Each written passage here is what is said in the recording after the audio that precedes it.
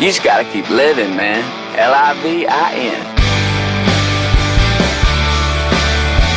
Welcome to the Rock Your Life podcast. Discover the tools you need to fulfill the highest, truest expression of yourself.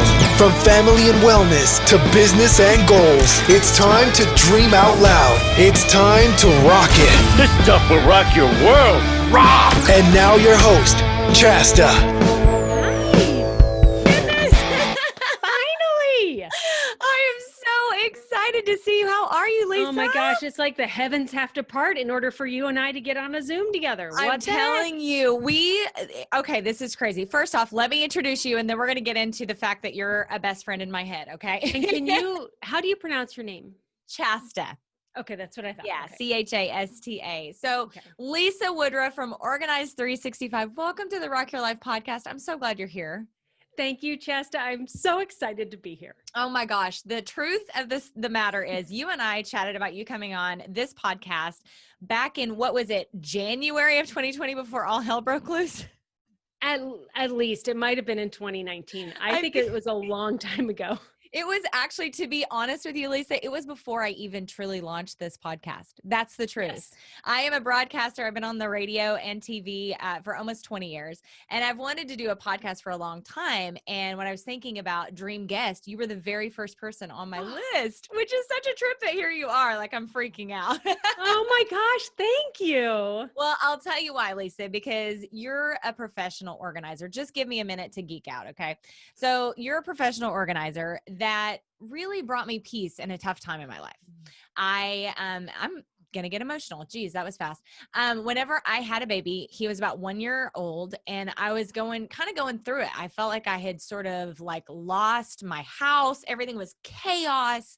I had no system. It was crazy. So I started Googling organization because I'm an organized type A person who before a child, and God, I love him. Like, don't get me wrong. He's my number one. But before a child, I was very type A, had all my little ducks in line. And then after I had a kid, I sort of felt like all that was gone. And so I started typing organize into Google and you came up and your podcast came up and I started listening and you gave me peace, Lisa. Thank you. You are so welcome. I'm so glad. It's the truth because like what stuck out to me was that you were a realist. One of the very first things I heard you say was that you're not a Pinterest organizer, right? That you're a realistic organizer and functional organizing. And you said one thing that really hit home to me. You said, organizing a house with a small child is like using, right? Is like using a snowblower in a blizzard. And I was like, yes. It's so true. So what you do makes a real difference. Thank you for being you. And I'm so thrilled about your new book coming out. Congratulations. Oh, thank you so much. Yes, I've been looking forward to having this conversation for a long time as well. And I mean, I hear from so many people exactly what you say. I'm a teacher and I love organizing and I want people to love organizing like I do. Yeah. I didn't realize the way I was approaching it and how I teach. I was raised by a perfectionist and I have really high expectations for myself and I couldn't meet my own expectations. Amen. And along the way, I had to give them up and then I had to love myself and be like, you know what? No one is perfect, Lisa. Yes. All these people you think are perfect, they are not perfect. And it was about 10 years ago, there was a blogger who I admired and literally had the most perfect house on the planet. Like she was the perfect organizer. And she was in a magazine and she shared behind the scenes how the magazine perfected her house before they took pictures of it. And I'm like, how do you perfect perfection? Right. And I was like, okay, then perfection doesn't exist if literally the perfect organizing person had to have her house perfected before they would take photos of it. Like, that's exactly right. What are we trying to do over here? Especially women, like we're trying to, for who? Also, who are you trying to be perfect for? Exactly. You said that too. I remember you talking about, you don't get a medal. Like nobody gives you a medal. No one walks into your house and is like, look at you go. No one even notices. Like, right. It's so ridiculous. We do this to ourselves. And I'm like you, type A, high bar. Like I'm very hard on myself. Far less now. I know you have 2 kids. I follow your life daily. I know way too much about you. It's like my listeners know way too much about me. I'm like that with Lisa Woodruff. But after you have a kid, like your type A-ness just goes out the window. It has to. If you're going to have any level of sanity whatsoever, it has to. And so it was nice to be able to go, oh my God, there's this woman out there who's like me, who's been through this and says it's okay. Like, it's okay to not be perfect. And that's why, like, if people hear that I have an organizer on the podcast, they might go, oh, okay, an organizer. But Right. it's so much deeper than that. It really gets into how we accept ourselves, how we run our households. Like, and you have taught me so much. I mean, and it's really true to have someone out there in the world that just gets it. You know, to see yourself in someone else is really powerful. And that's how I feel about you. In fact, if I don't see you say good morning on Instagram, I'm like, where's Lisa? Like, people think I died if I don't say good morning and tell you what day it is. I started saying what day of the week it was in the pandemic. And then I stopped in the beginning of June for like 1 week. And then I was like, forget it. I don't know anymore. I have to tell you again. They're like, oh, good. Because we didn't know what day it was either. And if it's 10 o'clock and I don't go on my Insta stories, literally the team starts getting emails. Is Lisa okay? What has happened to Lisa? It's the I first love it. thing. It's the first thing. I get up at 5 a.m. You're in Ohio, so you're way ahead of me. But I start my day at 5. I get up at 3:45 in the morning because I'm on a morning show. And so the very first thing, I open my phone and it's always you telling me what day it is.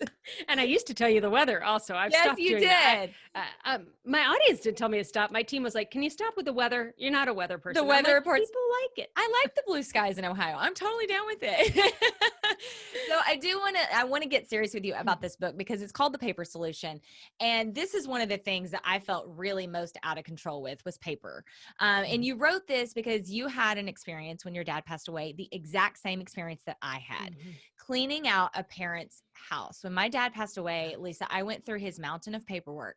And the interesting thing about this is he is where I got my type A-ness. He's where I got all of my little ducks in a row. He was very organized, but he kept every piece of paper that he ever came across. I found water bills from like 1977. It was insane. So tell us about the paper tsunami that is awaiting all of us, and just let us, like, I know this already from following you, but let everyone else know that it's okay to get rid of most of your paper. Yes. So unfortunately, and I'm sorry, we are going to have to go through our parents' paperwork or our grandparents' paperwork and settle an estate. At some point in your life, you are probably going to plan a funeral and settle an estate.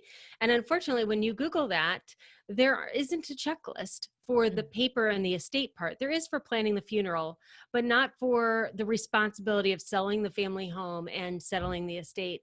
And after I had that experience and I started to organize 365 and organizing people's homes, I thought, okay, this is great. We all want to get organized and it's a project that we can dive into. But to have to take care of your father and be the power of healthcare and then sell your family home and plan a funeral and process the estate in an 18-month time frame, 4 hours away from home, was extremely stressful. Yeah. And what you'll find when you actually do that is nothing else in your life stops. That's so right. your job doesn't stop, your parenting doesn't stop, your household responsibilities don't stop. You just add this on top. And if there's anything that I could do to make that easier when people go through it in the future, that's what I wanted to do when I first created the financial and medical binders. And then from that, we created a few more binders and a few more paper systems. And I realized as an in-home professional organizer that I could organize your filing cabinet and make it look beautiful and rainbow oriented. But you're in California, right? Yes. And you have all these fires out there. And in Florida, we have the hurricanes and the whole East Coast. And when you go to evacuate your house, you cannot take your rainbow filing cabinet with you. Yeah. And most people can't maintain a rainbow filing cabinet. So I was like, you know what? As a teacher, sometimes you have to just totally change people's paradigm. I'm like, forget the filing cabinet. Ditch the filing. You're not allowed to have one. They're like, oh. Then what It do I blew do? my mind when you said that. I was like, wait, hold up, sister. Hold. Wait a minute. I had, I'll get into that in a minute. I had 6 filing cabinets in my garage full to the max when you said that. And I was like, okay, but it's true. 85% of the paper I ditched. It's gone. And you really need 4 basic binders. You might add a few more there for kids or things like that, but there are really only 4 binders. She's holding hers up. There are really only 4 binders you need. And that's freeing to know that, oh, you mean to get an A in filing cabinet? I need 4 binders full. I can do that. I can achieve that. I can maintain that. Yeah. And when you need the paperwork, if someone gets ill or unfortunately if somebody passes away and you need quick papers that, and you know how grief is. When you're in grief, it's like you're in a fog, Yes. like your brain's not even working. Right. You don't know what your, excuse my language, your ass from your elbow. You don't know what's going on. And to be able to grab a binder and go flip, flip, flip, here's the information I need, and hand it to someone, then that just takes so much off of your plate. This past year, 2019, was the year I've been listening to your podcast for 3 years. So, cause my kid's four now, you're like you're in my life, always going to be 1 year less than my son. So 3 years ago when I started listening to you, I was like, okay, I would fully believe in the Sunday basket. I also have that prop up here as well. My Sunday basket that I live by. We'll talk about that in a minute. And then you started talking about the filing cabinets, and I was like, I don't know that that's possible. This seems extreme. And last year was the year I finally put it on my list, and I was like, no, it's happening. So at Christmas, my mother was out here to help me with my kid. I had 2 weeks off, and I was like, this is it. I'm done. And we went through every piece of paper I've had for 20 years. And I got through 2 weeks. In 2 weeks. That's It super was fast. No, it was like 7 or 8 hours a day. It was like no joke. Wow. You should have seen my house. We had trash bags full of crap. It was crazy. But when I get myself determined to do something, it's going to happen. So I got rid of so much. I'm down to 1 file cabinet. So I still need to go through a little bit. And then my binders, like I live by these binders that you have. They're such an amazing system. It walks you through every single thing. This has now become an ad for Organized 365. But it's the truth. I live and die by your systems because you're a teacher. They're so well thought out, and they really guide you through how to do this. How did you come up with this? Like the binders and everything? Well, the medical and financial binders were first, and it was, what are all of the things that I wish I would have had when I was power of healthcare, when I was power of attorney, and to settle an estate. And I had a couple of other friends, just like you, who had walked through the same exact experience. So I hired them, and we literally made a list of what were all of the things that you needed for the doctors, for the attorneys, for your spouse, for your kids, for everything. And we just made an exhaustive list, and we researched and researched and researched. And in our binders, it's not just a binder, but we give you like a workbook that goes with each one. And one of the things I noticed in organizing our paper was that, great, you go through the filing cabinet, that's where some of the information is. Mm-hmm. But then there's also information like on your parents' computer or your computer, and some is in your brain. And if it's never written down, then it's lost forever. That's right. So part of these binders is ditching the filing cabinet and getting what you need out of there, but also then adding to the binder where to find things digitally, if they're located digitally, and then also anecdotal or information out of your head that isn't anywhere else written down in physical form in these binders. Yeah, it's so true. And then if you happen to be the person that something happens to, then somebody else could just walk into your house, grab these binders, and they can have the information that they need too. I mean, It feels a little bit morbid to go down that path. But you know what? At the end of the day, if you've had a parent or a loved one lost like that, oh my gosh, you're doing someone such a favor if it happens to you. I mean, it's unfortunate that it does happen. But I also want to say the Paper Solution, the book, I bought this in a few different forms. I bought it in Audible because I'm an audio listener. I love podcast and audio listening, but also in paper form because I sent it to a couple of family members because I feel like it's an easy way to open the door to say, hey, could you do me a solid? Could you get your stuff in order? Because it's an eventuality, and that's a tough conversation to have with a parent or an older loved one that, you don't want them leaving you just this mass chaos. You'd like to have some sort of something left for you to go through, and I think your book is like a really kind way of opening that conversation.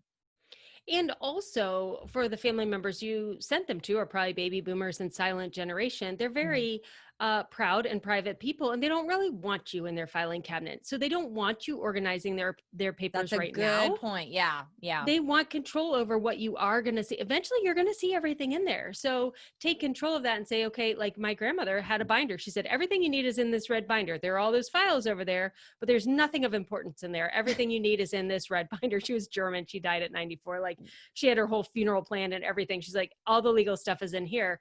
And so it was really easy to go through her paperwork. We still went through it, but we did not find anything that was materially for the estate. We could have packed it up and moved it and not worried about settling the estate without going through it because she just had that one binder. Wow. The organization runs deep in your family. Yeah, that's true. That's amazing. I would say too, often when people are diagnosed with cancer or they've lost their parent or their child is ill or something like that, like you want to do something and people don't know how to receive help. So maybe you take over a meal or you do their laundry for them or you watch their children.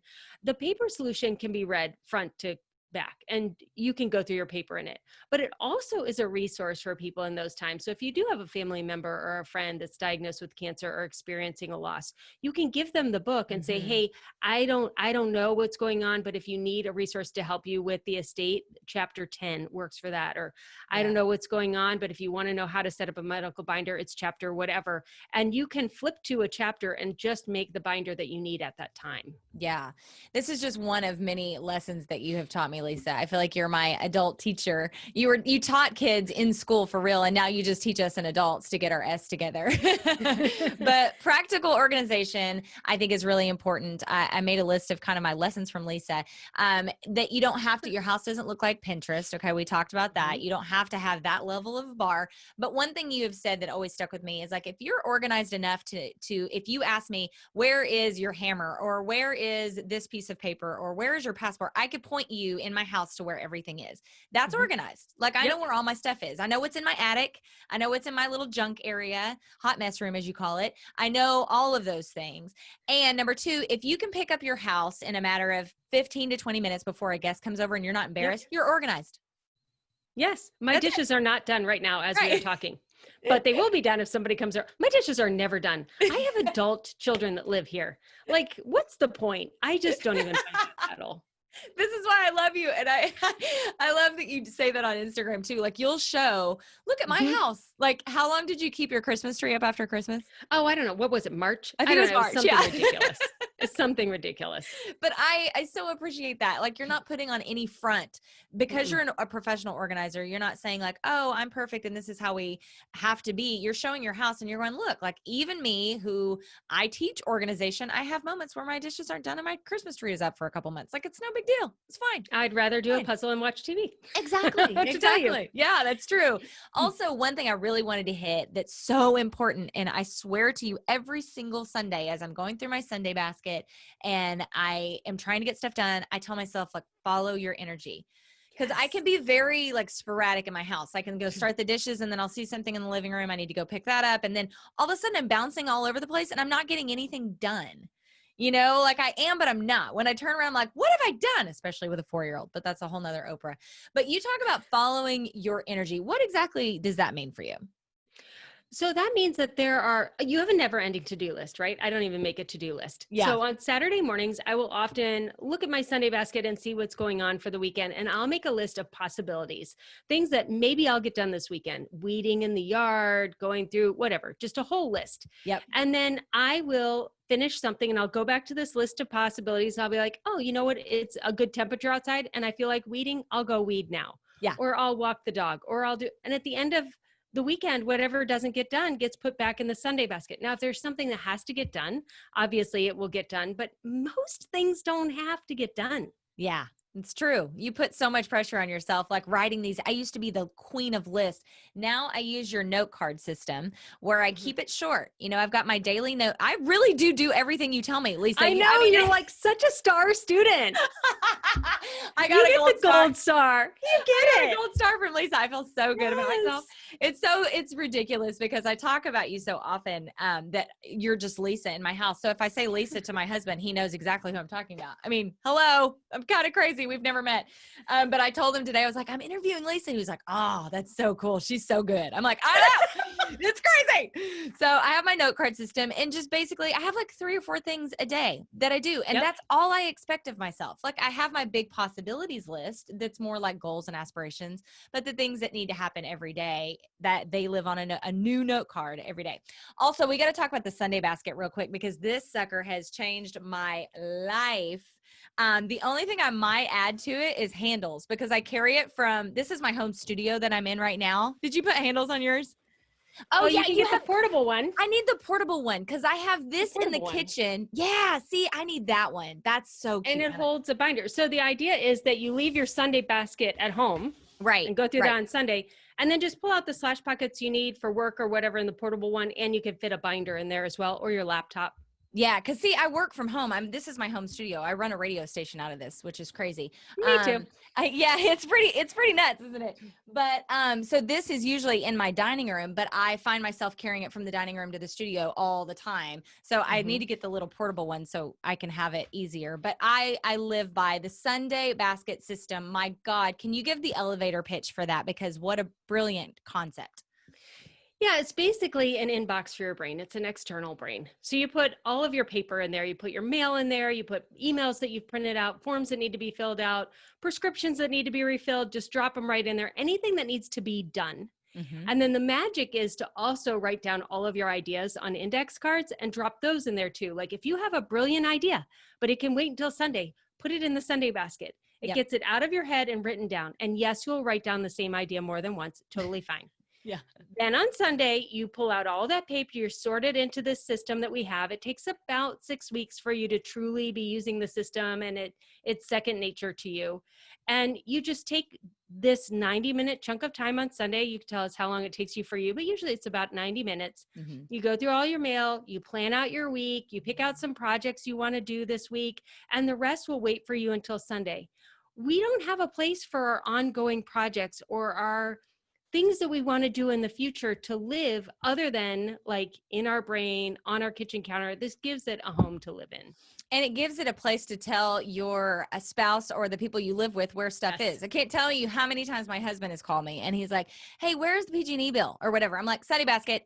Like it's just a catch-all. It's a catch-all for the week, no matter what it is. If you don't have to do it right that second, it goes in the Sunday basket and you deal with it at a time that is set aside for you to focus on it. Because what I try to do with my son, he's 4 and I try to really give him all my love and attention. And if I'm like trying to, in the middle of the week, I'm trying to do a random bill or I'm trying to organize this or whatever, I feel like I'm half with him and I'm half not. I don't like feeling like that. Like I like to give him my all. So I know on Sunday, I got a chunk of time in the morning where I'm like, babe, play with the kid, entertain him, and I'm going to go get our life organized. And it just feels so good on Sunday to be able to start my week like that and know, okay, here's my little plan. I have my little sheet. I write everything out. It really is a dream. And it seems like a simple concept, but I want to tell people, don't be fooled. Don't be fooled. Because at first, when I first started listening to the Sunday Basket podcast, which is different from your Organized 365 podcast, I was like, oh, I'll just get a basket and I'll throw stuff in it. Yeah. Fine. No. It's so much more than that. There are slash pockets that really get you organized with different things in your life. And it really is a whole system. So I do highly encourage people to dig into that because it's the number one tool in my life that keeps me organized. I also wanted to touch on the fact that we're sheltering in place still. In Ohio, it may be a little bit different. We're free. I'm getting my hair done, my nails. Oh, so jealous. Oh my God. Sorry. I'll live vicariously through you. We'll be shut down again. I know. Don't worry about it. No, seriously. They'll put us in timeout again. Yeah, I know, right? Here we can basically only dine outdoors. That's pretty much it. But I think a lot of people had these aspirations whenever we went into sheltering in place. At first, they were like, I'm going to get all these things done. And then when they thought about their house, they were like, yeah, I can do it. But then going to do it got very overwhelming. And I would encourage people to look into your system. It's a 100-day program too, that really is like takes your whole house and you're basically taking tiny bites of organization a little bit at a time, because I know how overwhelmed I get anxiety fairly easy when things are like that. And you have really come up with a system to make it far less anxiety inducing. So tell everybody about the 100-day program too. Okay. Thank you. So the 100-day home organization program is designed to get your entire house organized in 100 days. Now, first of all, you're going to have to go through it more than once. Yeah. So we do the 100 days 3 times in a row. And everything you buy from Organized 365 is a lifetime membership. So even the simple Sunday basket has online components that support you for a lifetime, because I know life is going to get in the way and we don't want to start a program because maybe we won't finish it. Yeah. I'm going to tell you right now, you will not finish the 100-day home organization program. Have you ever had anyone finish it on the 2 out of 2,000? 2 out of 2,000. Wow, that's amazing. They get the gold star. They get a different gold star. You still get yours. Yay! So do not have that expectation. Even I could not do that. But what I did was I heard from people they have 15 minutes a day. I was like, fine, I'll teach you in 15 minutes a day. So we take 3 weeks to get through your kitchen. We do the silverware drawer. That's a day. Yeah. We do the drink cabinet. That's a day. We do spices. That's the day. And you may be like, okay, Lisa, pick up the pace. No, the beauty in that is you can actually do it and accomplish it. And you learn so much in that first 21 days, because once I do the silverware drawer, I move to the utensil drawer. And then I tell you, you can organize any drawer anywhere in your house, because now you know how to organize a drawer. And you're like, oh, so we do that. Then we go into your bedroom, bathroom, and closet for the next 21 days. Newsflash, that's where almost everybody ends the first round. Yep. The closet kills you, or at least for You're me. done with that. I'm out. Yeah. I'm done now. Yeah. And you pick up again the next time we do it. Yeah. But the skills that you learn there eventually get you into the basement and the hot mess room and the family room and the garage and the living spaces and the tools and all of those things that aren't organized because you never learned how to organize them. And so as you keep going through the 100-day program, as we go further and further and further, you learn like, oh, that's how a laundry room should be organized. Oh, okay. I understand why we put these things in place. Yeah, it really is incredible. It's such a huge resource. I will say, like on social media, I follow people that are good guiding lights for me.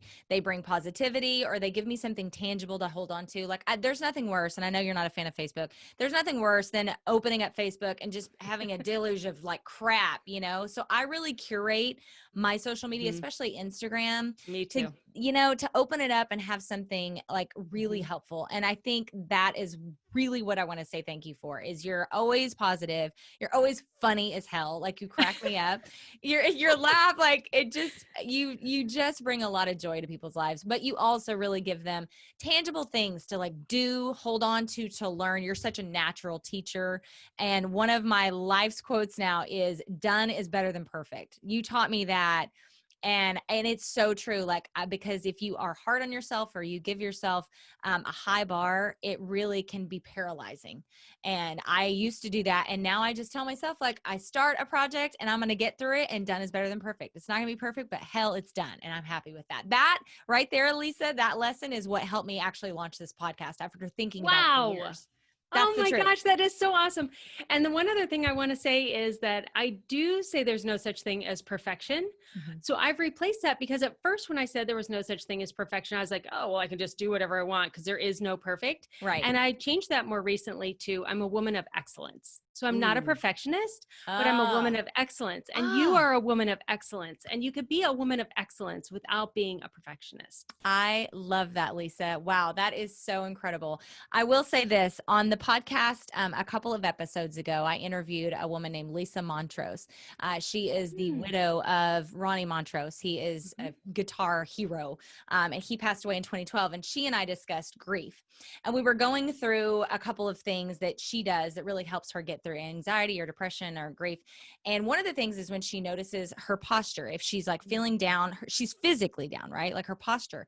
And she said when she notices that, or her mother notices it, she'll say, wait, I have to think. I want to get this right. Chest up, wings out.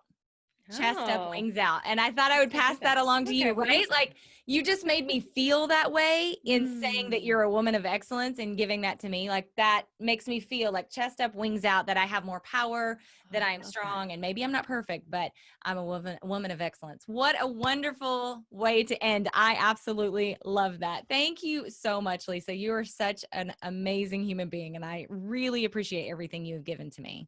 Oh my goodness. Thank you. I know this has been a very long day for you. You've been doing media for what, like 8 hours now or so? Oh my gosh. Okay, here's the thing.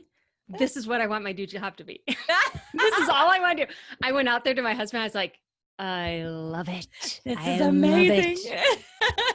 Yes. Curate all the interviews. I know. I've been following your Instagram. Earlier, you were like, I could do this forever. Yes, I could. I totally could. Sign me up. Well, you just keep putting out those books and you probably will. I mean, I know everyone has loved to have you. You've been on TV and radio stations all day. I think I'm one of your last. So hopefully I didn't exhaust you. Hopefully it was kicking back and chatting with the girls and just hanging out. Yeah. Thank you so much. Oh my God. Oh my gosh. I cannot believe all you're like you did the whole interview for me. I did.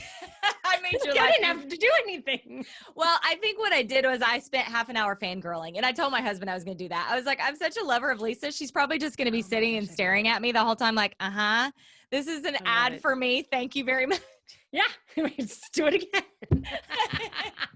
I am going to make it on that book tour though. And I am coming to see you. You have to, when you come to San Francisco. When the world opens up again, Make it happen. So tell everybody it's the paper solution. You can basically get it anywhere, right? I have it on Audible, like I said, which you do narrate. I want to point that out because I love when authors narrate their own books. So thank you for doing that. Well, you know, that was not easy to do. I know it's a lot. I talk 8 hours a day. Well, no, because they weren't going to let me because of the pandemic, because there was no studio, there was no producer. And I was like, oh, no. You don't understand. I've already sold 500 copies of this. Yes. I am going to do it. I'm doing it. Hi, I'm Lisa Woodruff. I got my own studio. I got my own producer during the pandemic to open up for me. And I went to a different city and stayed in a hotel to do it. Because I was like, no. That is incredible. That is incredible. And your son is an audio engineer. And so that definitely helps, right? It was his college that was shut down for the pandemic that opened up to do this. Oh, thank God for them. I love that. So that is even more of a push for you guys to get the paper solution. So if you want to visit Lisa, get any of these amazing products that I just did a really long ad for, you can go to organize365.com and make sure you follow Lisa on Instagram, but she will be such a light in your life. She will also tell you what day it is every day of the week. Just in case you forget. Exactly. Thank you so much for being here. Thank you.